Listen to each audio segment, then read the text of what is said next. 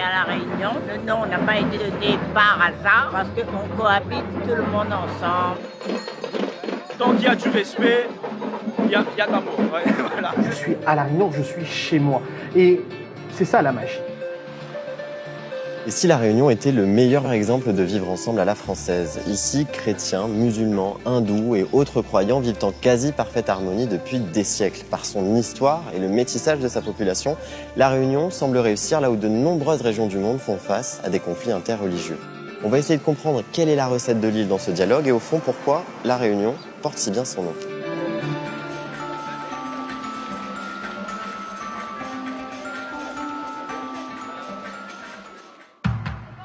Pour comprendre les religions et les cultures à La Réunion, il faut se pencher sur son histoire. L'île est devenue une colonie française en 1638. Par la suite, elle a connu une succession d'arrivées de population. Pourquoi? D'abord à cause de l'esclavage jusqu'en 1848. Mais après cette date, les grands propriétaires terriens font venir des milliers de travailleurs étrangers, notamment via un système pratiqué jusqu'au début du XXe siècle, l'engagisme. Ces personnes étaient des quatre coins de l'océan Indien, Afrique de l'Est, Inde, Madagascar jusqu'à la Chine. Et avec elles ont amené leur culte. Nous avons rencontré la communauté tamoule issue du sud de l'Inde. Depuis des décennies, elle célèbre ses rites hindous en communion avec le reste des Réunionnais. Donc qu'est-ce qui se passe là actuellement? La marche sur le feu consiste à se purifier le corps pour demander grâce à la déesse Pantialé et au bon Dieu allemand. Partout à La Réunion, c'est pareil. Il y a, à chaque procession qu'on la marche sur le feu, il y a énormément de touristes, de personnes créoles, réunionnais qui viennent regarder ça. Vous avez vu, on a mangé sur le feu. C'est pas n'importe quoi. Il y a un carême de 20 jours quand même, où on ne mange pas la chair, ni poisson, ni rien. Et on n'a pas de relations sexuelles. Ah! Surtout. Et ben on fait comment quand il y a plus... Ah, mais chacun dans son côté. Ok. Alors qu'est-ce qui va se passer là à l'intérieur? On va remercier Dieu de toute la grâce qu'on a été accordée. Dieu nous accorde sa grâce lorsque nous sommes nous-mêmes. Notre cœur est un temple et ce temple doit être pur, mais pas d'ennemis, pas d'arrière-pensée, pas de guerre ou de dispute pour des raisons religieuses. Comment expliquer ce vivre ensemble si particulier à La Réunion? Pour le savoir, on est allé rencontrer Idriss Issop Bagnan. Il est le président du groupe de dialogue interreligieux. On a aussi voulu savoir si ce contexte réunionnais est comparable à celui de la métropole. La diversité, nous la vivons depuis toujours, tandis que la France métropolitaine, c'est seulement depuis quelques décennies qu'elle en prend conscience. Comment se passe ce dialogue interreligieux ici? Le dialogue, il a commencé bien avant nous, dans les plantations, comme dans nos villes, avec cette population extrêmement diverse. Et il a fallu donc dialoguer. Pour cela, ils ont inventé une langue commune, le créole. Par exemple, à la mosquée, les prêches se font soit en français, soit en créole. Et dans les églises, c'est pareil. Il y a eu des mariages aussi interconfessionnels. Il y a eu un métissage biologique important.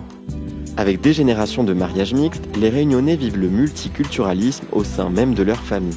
Mais comment se passe ce métissage au quotidien? Marie, est-ce que tu peux me raconter un peu ton histoire et en quoi elle reflète celle de La Réunion au fond?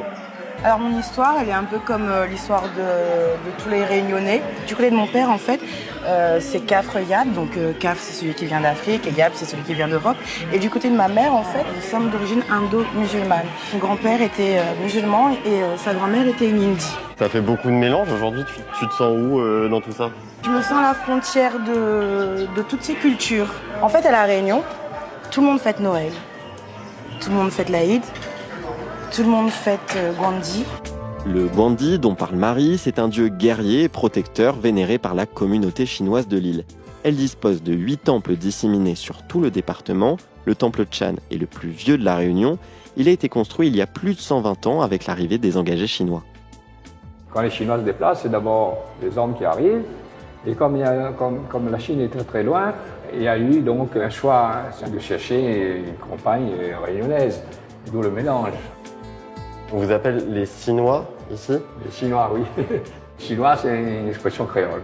Et puis maintenant, on nous donne le nom de ROC, R-O-C. Ça veut dire réunionnais d'origine chinoise. Ça veut dire double culture francophone et un peu de culture chinoise. À La Réunion, la religion la plus représentée, c'est le catholicisme. Elle a été imposée aux esclaves et aux engagés venus d'Afrique et d'Inde. Aujourd'hui, elle s'étend sur 72 paroisses disséminées sur toute l'île. Le prêtre Isaïe Odoui fait lui aussi partie du dialogue interreligieux. Vous êtes ici depuis 7 ans. Est-ce que vous avez remarqué quelque chose, une atmosphère particulière qui règne entre les religions ici? Oui, c'est vrai. Sans quoi je ne serais pas resté. Il ne faut pas croire que c'est un dialogue de tout le monde avec tout le monde. Mais à l'occasion de certains événements, il y a vraiment une communion qui se vit. Et à partir du moment où il y a de l'amitié, il y a un intérêt en plus. Pour la Eid el-Fitr, j'ai été invité plusieurs fois pour partager la grande rupture de la fin du jour du Ramadan.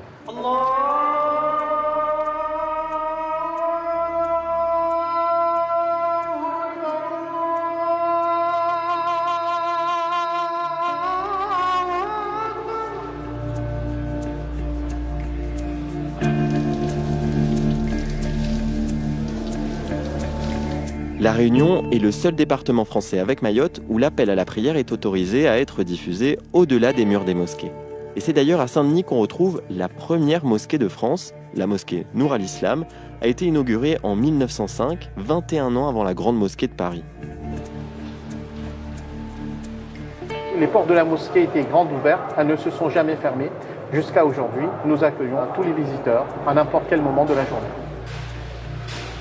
En 1948, le président de la mosquée, il demande de mettre ses arcades bleu, blanc, rouge pour qu'à chaque fois qu'un musulman ou bien qu'un visiteur qui ne soit pas musulman entre dans cette mosquée, il n'oublie jamais ce sens de la responsabilité que nous avons d'avoir la première mosquée de France. En France, la laïcité permet à chacun d'entre nous de nous enrichir au travers des valeurs de la République, mais aussi des valeurs de nos foi. L'erreur serait de se dire que nous avons réussi.